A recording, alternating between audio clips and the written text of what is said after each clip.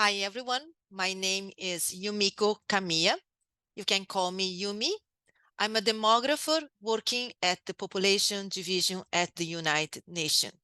It's a pleasure to have you for my lecture on the demographic trends and the living arrangement of older persons. Today we'll be exploring an important topic, understanding the living arrangement of older persons, focusing on insights from the United Nations International Database on Living Arrangement of Older Persons. We will look at the different ways older people around the world, particularly in the United States, choose to live. Here is a brief outline of my talk. First, we will take a quick look at the global demographic trends in population aging with a focus on the US. Next, we will delve into the living arrangement of older persons. We will discuss why this is important and then cover the challenges of creating a harmonized and comparable international database.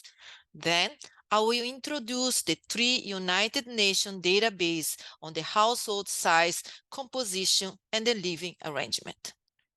Let's start with the global demographic trends of population aging.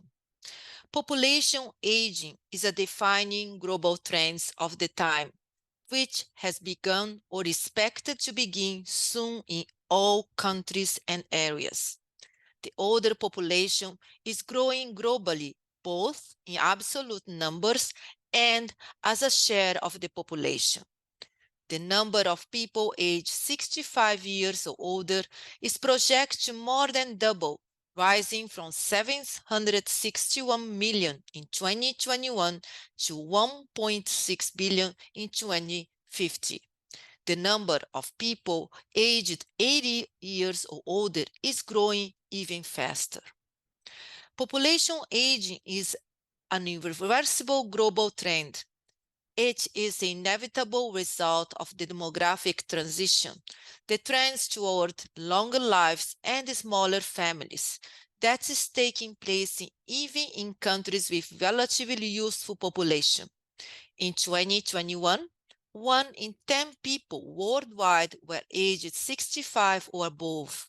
In 2050, this age group is projected to account for 1 in 6 people globally. The geography of the world's oldest countries and territories is shifting. In 1980, the world's 10 oldest population were in Europe, each with around 15% of the population aged 65 or above. By 2021, the share above age 65 had pushed past 20% in all 10 countries, on its way to expected 30% by 2050. Although Japan has the world's oldest population in 2021, the Republic of Korea will likely surpass it before 2050. The geography of the world's oldest countries will shift from Europe toward Eastern and Southeastern Asia between now and 2050, when the latter is expected to include 5 of the 10 oldest population. Now that we have explored the broader global demographic trends, let's zoom in on the United States. In 2021, more than 1 in 6 people were aged 65 or older, and this proportion is projected to rise to near 1 in every 4 by the year 2050. The population of Americans aged 65 and older has seen significant growth, nearly doubling from 34.8 million in 2000 to 56.2 million in 2021, and is projected to reach nearly 89 million by 2050. The group most in need of basic personal care, adults aged 85 and older, is projected to triple in size, increasing from 6.3 million in 2021 to 20 million by 2050. Older Americans are living longer. Are they living healthier? As life expectancy at age 60 has become longer in recent decades, measuring how healthy these extra years are has become even more crucial. Healthy life expectancy at age 60 or HALE 60, or the expected number of years of healthy life after 60, provides significant insight into the potential quality of life for older adults. As shown in the figure, life expectancy at age 60 has increased from 21.4 years in 2000 to 23.1 years in 2019, while healthy life expectancy at age 60 has increased from 15.7 years in 2000 to 16.4 years in 2019. In other words, the increase in healthy life expectancy of 0.7 years has not kept pace with the increase in life expectancy of 1.7 years during this period. Rapid growth in the number of people reaching older age highlights the importance of promoting health and preventing and treating illness throughout the life course. Women tend to live longer than men and thus comprise the majority of older persons, especially at advanced ages. Although girls and women tend to experience lower mortality rates across the age range, the female advantage in survival is most noticeable at older ages. Yet, older women experience a great prevalence of morbidity and disability. Having delved into the demographic trends in the United Nations, let us now focus on the living arrangement of the older persons. The living arrangement of older persons not only impact their economic well-being, but also physical and psychosocial health and the life satisfaction, but is also strongly determinant of the care that they receive. Data on older persons' living arrangements can inform policy and program decisions and contribute to efforts aimed at promoting gender equality and the rights of older persons. However, until recently, there was no international harmonized and comparable database on patterns and trends in the household size, composition, and the living arrangement of older persons at the global level across regions and countries and over time. The United Nations database is the first harmonized and comparable database on the household size, composition, and living arrangement of older persons. Data come from a variety of microdata from census and surveys, including the demographic and health surveys, the multiple indicator cluster survey, and the European Labor Force Survey, and the tabulated data reported by the National Statistics Office to the United Nations Statistics Department. So let's first look the database on the household size and the composition. This database gives the overall information at the household level. This is an interactive database, which you have the link that you can access. Is based in 1,059 unique data sources and cover 196 countries or areas, representing approximately 98% of the world's population in 2022. The reference date is ranging from 1960 to 2021. Household size and composition play an important role in the economic and social well-being of the families and the individuals. The number and the characteristic of the household members affect the type of relationship and the pool of economic resource available within the household, and they may have a broader impact by increased demand for economic and social support service. For example, The growth in single-parent families has increased the need for economic welfare programs, while a rising number of the older adults living alone has led to greater demand for home health care workers and other personal assistance service. This is the PDF that you see in the right side of the corner, which show the size and the composition and the trends of the households in the United States. So the next I will talk about the household living arrangement of the older persons. The first database was at the household level. Now we are looking at the individual level. This database comes from 982 unique data sources covering 180 countries or areas, representing approximately 98% of persons aged 60 or over globally.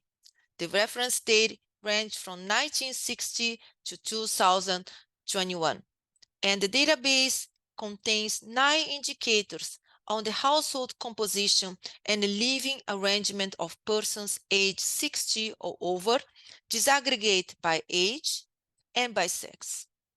Before going to the country interactive database, let's look at the global and regional level. From this data, you can see that in Europe and Northern America, and in Australia and New Zealand, living with a spouse is the most common living arrangement, followed by living alone. Living with at least one child or with extended family members is the most common living arrangement among older persons in Africa, Asia, Latin America, and Caribbean. Globally, the proportion of the older persons living alone or with a spouse is increasing, while living in extended family household is becoming less common. Throughout the world, older women are more likely than older men to live alone, while older men are more likely to live with a spouse. Older women are also more likely to live in skip generational household or in the extended family household, whereas older men are more likely to live with a spouse only. Now, let's go to the interactive database. So let's examine the interactive database on the household living arrangement of the older persons.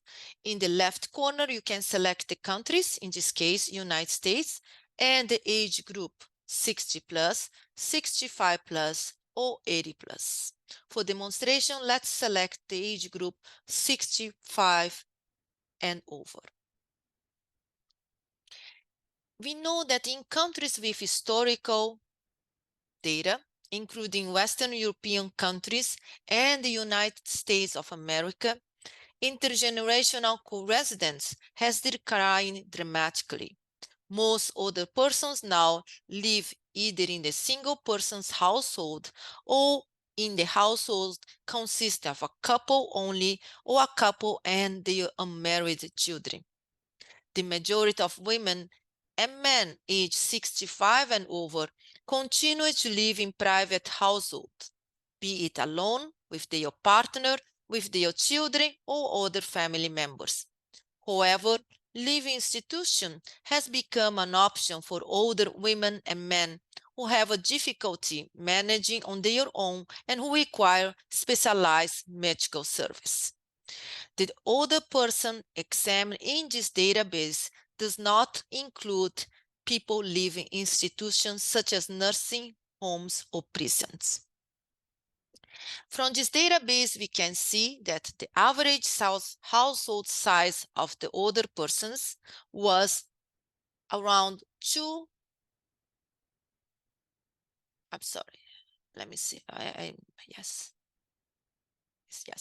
around 2.1 in 2015.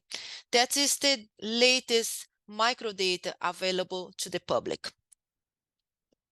Most older persons age 65 or older, either they live alone or with their spouse.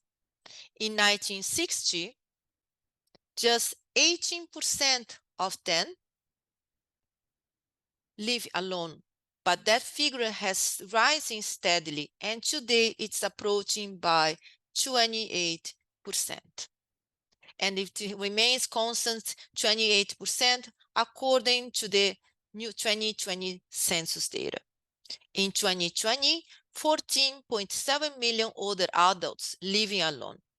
Older women, older American women, are more likely to live alone than older men, 34.4% versus 19%, while older men are more likely to live with their spouse or partners, 57% versus 72%. From 2000 to 2015, in the lower part, we have different kind of how the living arrangements. Let's just pay attention in the multi-generational household and the skip generational household. From 2000 to 2015, the percentage of elderly individuals living in the multi-generational households remain consistent around 19%. However, there has been increasing in the prevalence of a specific subset of multi-generational household known as the skip generation household, where grandparents live with their grandchildren in the absence of the children parents, particularly since the turn of the millennium. In overall, the prevalence of older women living in such households is higher than the older men. Now, let's look in the third database, that is the database on older persons in collective living quarters. This is a harmonized and internationally comparable data on older persons aged 65 or over residing in collective living quarters, disaggregated by age group and sex. Data from 347 unique sources covering 135 countries or areas, representing approximately 77% of the persons aged 65 or over globally. The source comes from the census tabulation and processed census microdata samples. The reference data is from the 1960 to 2018. Let's look at the case of the United States. In the US, only 2.7% of persons aged 65 years or over live in institutions, 33.2% for women versus 2.7% for men. That is in the year 2015. However, when considering persons aged 80 years and over, the percentage residing in institutions increased to 7%. Among the oldest old, or those who are aged 80 years or over, this proportion, the women are more likely to live in such arrangements compared to men. 8.1% of women compared to 4.7% of men. Lastly, for those of you who are more interested in delve in these topics, we have the two publications, the World Population Aging 2020 highlights, and the World Social Report in 2023, which covers about the living arrangement of the older person. And for those who are more interested in the methodological aspects of the database, we have the technical paper. And the links that you can have access are here. Finally, thank you so much for your attention, and I'm looking forward for the Q&A sessions.